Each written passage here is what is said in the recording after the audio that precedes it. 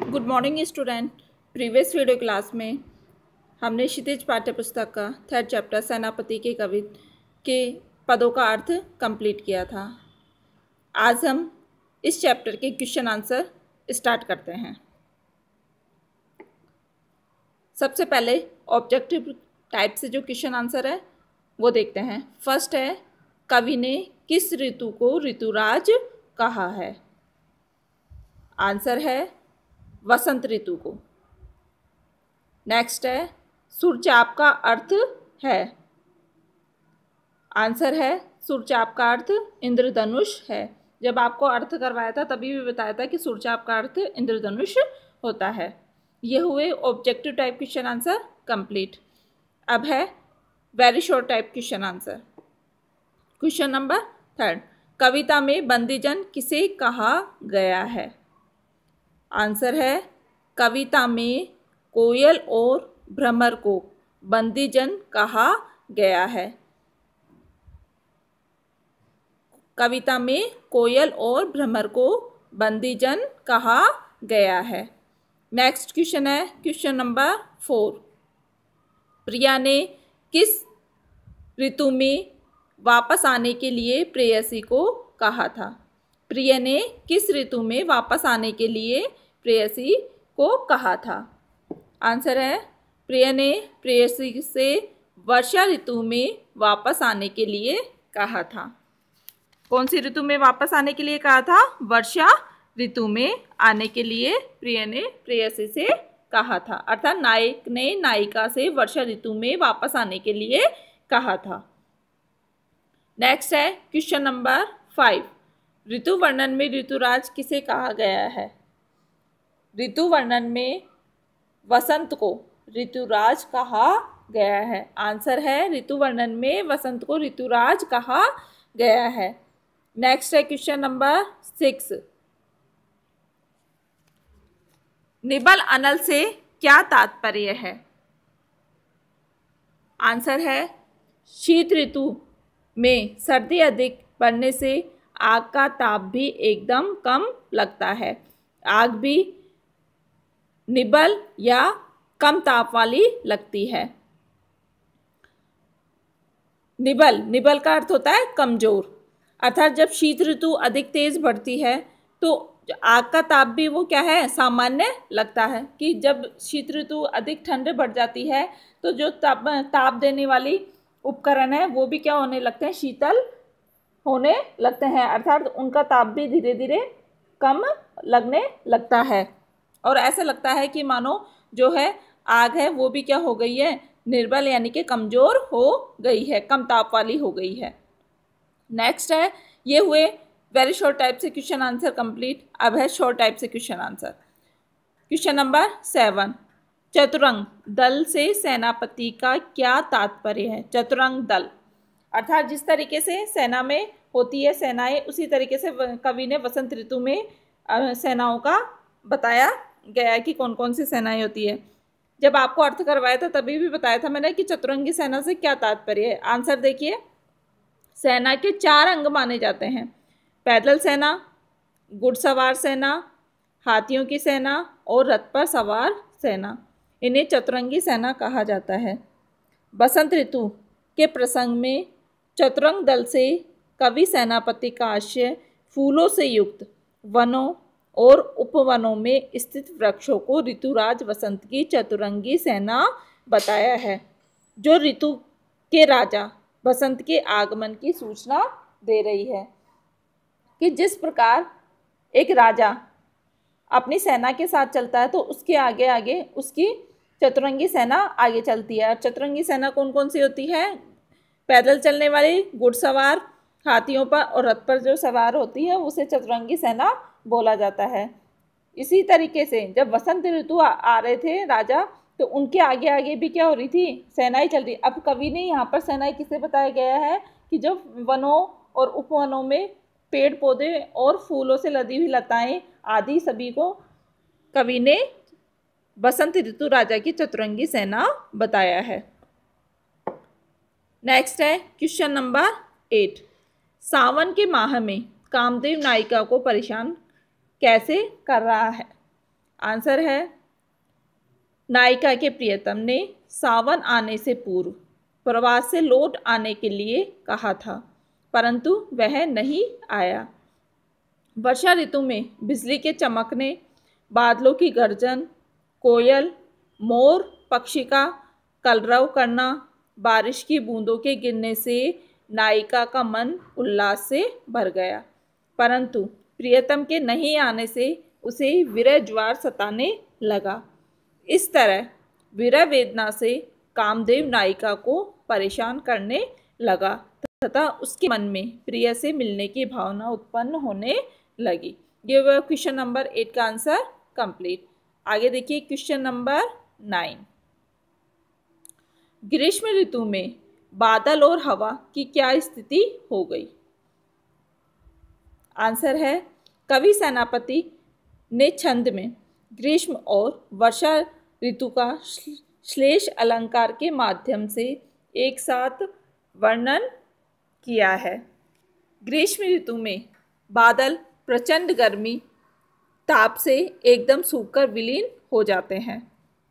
वह गर्म हवा के झोंकों से कहीं गायब हो जाते हैं। ग्रीष्म में हवा एकदम गर्म होकर लू का रूप धारण कर लेती है। हवा भी मानो गर्मी से बचने के लिए शीतल छायादार स्थानों पर विश्राम करने लगती है।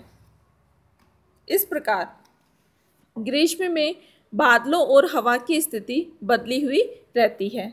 सभी लोग गर्मी के ताप से व्याकुल होकर बादलों की शीतल छाया की चाह करते हुए व्याकुल हो रहे हैं। अर्थात जब ग्रीष्म ऋतु आती है तो ग्रीष्म ऋतु के आते ही आकाश में क्या हो जाते हैं? बादल नहीं रहते हैं और गरम हवाएं कैसी हो जाती है? गर्म हो जाती है। अर्थात बादल भी क्या हो गए? सूख गए हैं कि उनमें से बारिश नहीं हो रही है। और गर्म हवाएं इतना तेज रूप से चलती है कि वैसे जब वो शरीर को स्पर्श करती है तो ऐसा लगता है कि मानो आग की लपटें छूकर गई हो, और जब शरीर को झुलसा देने वाली वो प्रतीत होती है।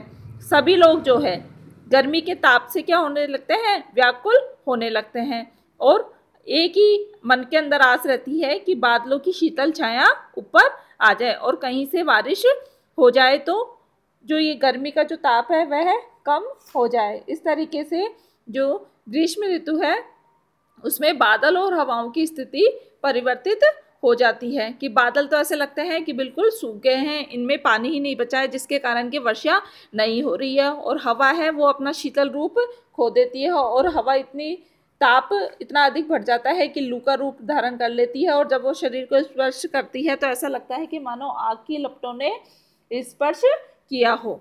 ये हुआ क्वेश्चन नंबर 9 का आंसर कंप्लीट। अब देखिए क्वेश्चन नंबर 10। सेनापति का ऋतु वर्णन हिंदी साहित्य में अनूठा क्यों है? आंसर है ऋतुकालीन कवियों में ऋतु वर्णन करने में सेनापति प्रसिद्ध माने जाते हैं। ऋतुकालीन अधिकांश कवियों ने श्रृंगार रस प्रधान रचनाएं की हैं। सेनापति ने विस्तार से प्रकृति वर्णन भी किया है। प्रकृति वर्णन के 2 रूप रहे हैं, उद्दीपन रूप तथा आलंबन रूप। उद्दीपन प्रधान रूप में प्रकृति केवल भावों को उत्तेजित करने वाली दिखाई गई है, और आलंबन प्रधान रूप में प्रकृति को ही कविता का विषय बनाया गया है। कवि सेनापति के प्रकृति वर्णन की विशेषता यही है कि उन्होंने लीक से हटकर आलंबन प्रधान प्रकृति का वर्णन किया है। प्रकृति के आलंबन रूप में वर्णन करने से इन्हें विशेष ख्याति प्राप्त हुई है। इनके ऋतु वर्णन में श्रृंगार रस का सौंदर्य समाया हुआ है। इस कारण इन्होंने कहीं पर संयोग सुख और कहीं पर विरह वेदना का निरूपण किया है। कवि सेनापति ने सभी ऋतुओं का विविधतापूर्ण चित्रण किया है। सभी ऋतुओं के दृश्यों का विस्तार और संजीवता से वर्णन हुआ है। कवि सेनापति ने ऋतु परिवर्तन के साथ साथ विलास के साधनों का भी वर्णन किया है। ग्रीष्म ऋतु में शीतल छायादार स्थानों आदि को लेकर अनेक दृश्य उपस्थित किए हैं। तो वर्षा ऋतु में बादलों की घटनाओं एवं जल वर्षा आदि का मनोरम वर्णन किया है। कवि सेनापति ने वसंत, वर्षा और शिशिर ऋतु को नायिकाओं के लिए काम वेदना बढ़ाने वाला बताया है। नायिकाओं के लिए काम वेदना बढ़ाने वाला बताया है। ऋतु वर्णन प्रसंग में सेनापति ने श्लेष अलंकार का चमत्कारी प्रयोग किया है। इस तरह की सभी विशेषताओं को लक्ष्य कर इनके ऋतु वर्णन को अनूठा कहा गया। अर्थात कवि सेनापति के ऋतु वर्णन में श्रृंगार रस का सौंदर्य समाया हुआ है। उन्होंने संयोग सुख और विरह वेदना का निरूपण किया है कि ऋतुओं के माध्यम से कहीं पर तो उन्होंने संयोग सुख बताया और कहीं पर विरह वेदना बताया है। कवि ने ग्रीष्म ऋतु, वर्षा ऋतु, शिशिर ऋतु सभी का मनोरम दृश्य प्रस्तुत किया है। कवि ने ग्रीष्म ऋतु और वर्षा ऋतु का वर्णन करते हुए ग्रीष्म ऋतु को ही वर्षा ऋतु का रूप दे दिया। इस छंद में कवि ने श्लेष अलंकार का चमत्कारी वर्णन किया है। वर्षा ऋतु के वर्णन से कवि ने चारों ओर सुख पहुंचाने वाला बताया है।